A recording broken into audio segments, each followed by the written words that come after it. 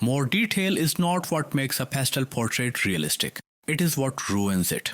I will show you how to get realism with soft control, clean edges and smart highlights. And we will build everything around the eye area so your portrait looks alive. So let's get started.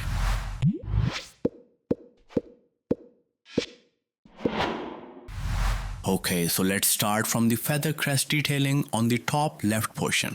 Fill the darker section thoroughly using black pastel. Use slow back and forth motions and keep the pressure very low so the pastel does not sink deep into the tooth of the paper. A very common beginner mistake here is pressing hard too early. When that happens, the pastel fills the paper too quickly, and later it becomes very difficult to add thin white stripes cleanly. Think of this step like preparing a surface. If the surface gets clogged now, every detail added later will fight against it. Now for the red feather on the left side, lay a scarlet red and fill the first feather. If it does not look bright enough, gently pick up the excess pastel from previous layers using an electric eraser and clean the surface. Once the surface is clean, go over the feather again with the same scarlet red. You can see how clean and vibrant it starts to look. Many beginners think dull color means they need more pressure, but with pastels, that usually makes things worse. Most of the time, the issue is a dirty surface, not weak pigment. Cleaning before relayering is like wiping a foggy window before looking through it. To add dimension, layer a dark red shade over the feathers. This adds depth and makes them feel solid instead of flat shapes. If the black areas start to look dull, so reinforce them using black pastel again. While shading the bottom portion of the feather, place the pencil near the base and flick upward. Keep these strokes only about 3/4 of the way up, so the feather does not turn muddy. A common mistake here is dragging dark strokes all the way to the tip. That removes softness and makes the feather look heavy. Think of feather depth like smoke. It is strongest near the base and lighter as it rises. Blend the edges of the black strokes using a deep red shade instead of a blending tool. Blending with color keeps the surface rich and prevents dullness. Now move on to the headband. Darken it carefully using black pastel, but intentionally leave some areas untouched because highlights will be added there later. Before moving further, add bright white highlights on the feather crest. Clean thin stripe shapes using an electric eraser first, then layer white pastel over them. Cleaning the surface first is what allows the white to stay crisp instead of turning grey. For the headband texture, add a mix of small dots and curved strokes using white pastel. Keep the pressure variable so the highlights do not all look the same. Natural surfaces always have variation. As you move toward the center of the headband, the highlights become slightly brighter. Now let's move into the hair portion. This left side needs more depth. Layer black pastel with low pressure. Then fill the lighter gaps using cold grey one. This helps unify the surface before detailing. For the fingers, fill the top finger using cold grey one, with a mix of back and forth and circular motions. Once the base is in place, add darker strokes using black pastel, focusing more on the left edge to create roundness. A common beginner mistake is over-detailing fingers. Pastels do not like micro details. Soft, blended form always looks more realistic here. Now move on to the head braids. Fill the lighter sections between the dark strands using cold grey one. Overlap is fine at this stage. The goal here is only value placement. Once the base is in place, refine the darker braid lines using black pastel with back and forth motions to keep them crisp. If the lighter sections look dull, clean them using an electric eraser and flick inward to keep the edges soft. Then add white highlights using thin, confident strokes. Confidence matters here. Hesitation creates wobbly lines. Think of these strokes like handwriting. One clean motion always looks better than correction. Before moving further, add a base layer on the forehead using cold grey one. Keep the pencil angle low for smooth blending and blow off excess powder regularly. There is one important mindset shift. This drawing is not about speed, it is about surface control. Pastel behaves very differently from graphite. If you rush, press too hard or try to force details early, the paper fills up and everything starts to look muddy. Think of every step as preparation for the next one. When the foundation is clean, every detail becomes easier later.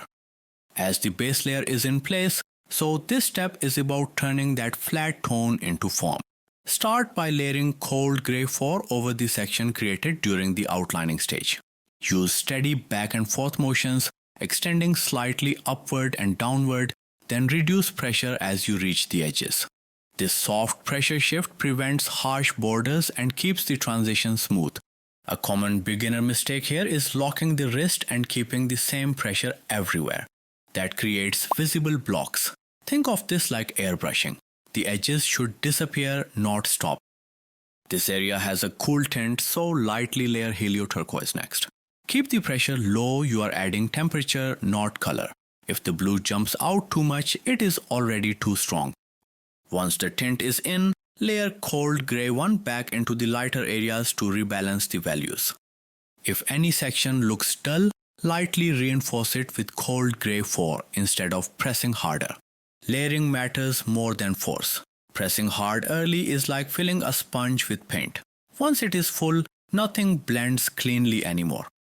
If the blue still feels weak, add dark indigo only in the deepest areas, especially near the upper forehead.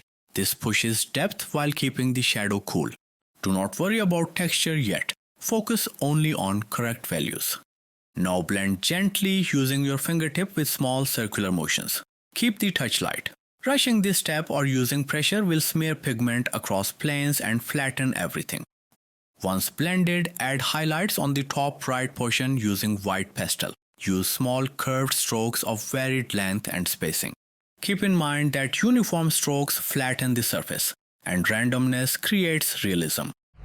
Now it is time to move on to the red forehead stripe. Start by filling the entire stripe with scarlet red, using controlled back and forth motions until the base looks dense and even. This step is not about speed, it is about control. If the base is patchy here, it will show later no matter how much blending you do. Have you ever wondered why a drawing looks finished but still feels off? This is usually where that problem starts. A very common beginner mistake is trying to fix uneven color with pressure. In pastel, that is like trying to sharpen a blurry photo by pressing harder. It only makes the surface muddy. Leave a small section untouched where the highlights will go later, and fill the rest of the stripe thoroughly. Let the red overlap into the black from the outline, so the transition starts soft instead of looking cut out. Think of this like sanding an edge before painting. You want the colors to meet, not crash into each other. Once the base is solid, add dimension by layering dark red through the center of the stripe, moving left to right with the same back and forth motion.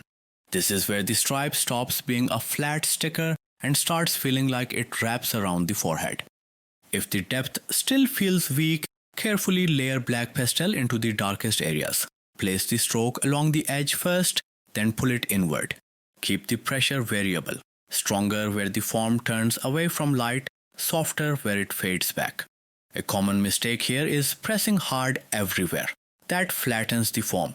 Think of this like sculpting clay. You push only where the form dips, not across the whole surface. Notice how this darker section also starts to contour the nose automatically. You are not drawing the nose directly, but the structure appears because the values are correct.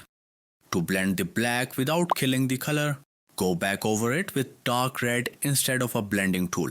This melts the tones together while keeping the red alive. Now move into the lighter part of the red stripe and fill it softly using cold grey 1. If you rush highlights, they always turn chalky. If the light area starts looking too long, trim it. Extend the red from the top or bottom. Think haircut, not makeup. Fix the shape first. Now add white, just a few confident strokes, and make sure they are not everywhere, as shine comes from restraint. Drop a couple of thin, bright strokes on the edge and watch the stripe wake up. Too much white and it stops looking shiny and starts screaming. You want light touching the stripe, not sitting on it. Now we're at the eye, which is the part that decides the whole drawing. Build a smooth cinnamon base in the iris with higher pressure. For the eyebrow, start by carving the hair strokes using an electric eraser. Following the natural growth direction, Keep the strokes slightly uneven in length and spacing, because perfectly aligned strokes make brows look stamped on, not real. Next, reinforce the base of those strokes with subtle darker lines underneath to create depth and shadow. Now fill the erased strokes with white pastel, using light pressure so they read as soft highlights, not chalky lines. Reduce pressure as you move upward so the brow blends naturally into the forehead. For iris texture, use a sharp black pastel and flick strokes inward toward the pupil.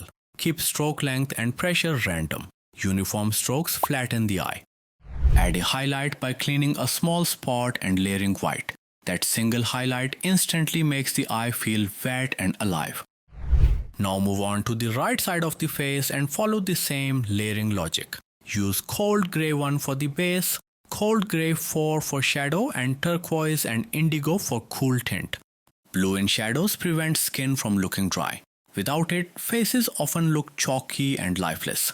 Blend carefully using your finger and clean it between areas. Blending with a dirty finger is one of the fastest ways to ruin clean pastel work. For cheek texture, add small white dots using stippling and lightly tap them down so they melt into the skin without disappearing. Now let's tackle the nose, the silent troublemaker of portraits. Lay cold grey 1 on the lighter areas first, then sneak in turquoise on the left side to cool the shadow down. If you skip this blue tint, the nose instantly goes chalky and flat. Blend it with cold grey 4 and the flat shape starts turning into real form. Add black lightly near the edges for structure and soften it again with turquoise. This keeps the shadow cool and natural. On the red stripe, darken the edges with black. Blend with scarlet red, then add white dots for highlight texture. This area sits directly between the eyes. In portraits, this is part of the main focal zone. That is why slowing down here and refining transitions makes a huge difference.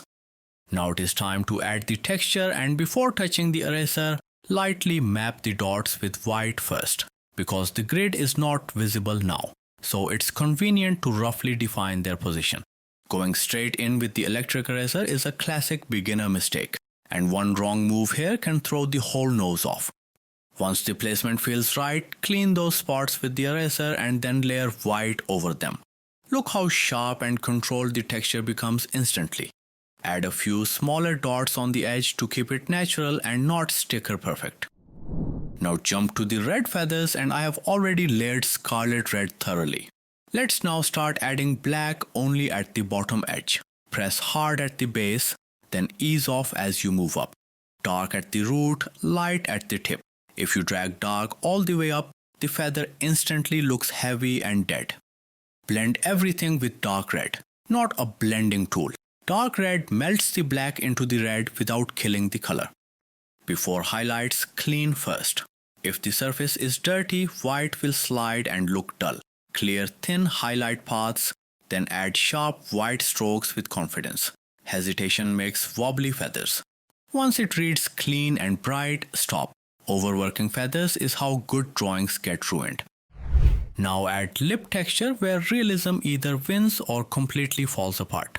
Darken the lower edge of the upper lip first. No shadow here means the lips float. Flick upward with low pressure in one clean motion, because scribbling turns soft lips into dry bark. Add a touch of dark indigo on the right for cool shadow. Then sharpen the edge with cold grey 4.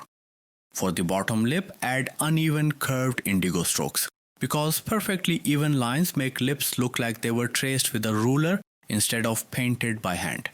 Hit a few with black, weave white in between. Then finish with one thin highlight on the top lip.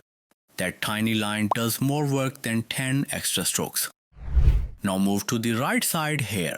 Fill it densely using black pastel and intentionally leave thin gaps for highlights. Clean those gaps using an electric eraser. To build the braided texture, start on the right edge and add short, slanted strokes. Keep them smaller at the top and gradually increase their length as you move downward. Braids overlap and twist, so straight vertical lines will kill the illusion. This slight slant is what makes the hair feel woven instead of painted on. Now fill the erased strokes with white pastel. Instantly, the braid starts to lift off the surface. Soften some highlights slightly with your finger and adjust thickness using black pastel. This balance between sharp and soft is what makes braids look believable. With this final background cleanup, the drawing is complete. If your pastels usually end up muddy, now you know it was never about detail. It was about timing, pressure, and respecting the surface. Take this exact process into your next portrait and you will see a huge difference.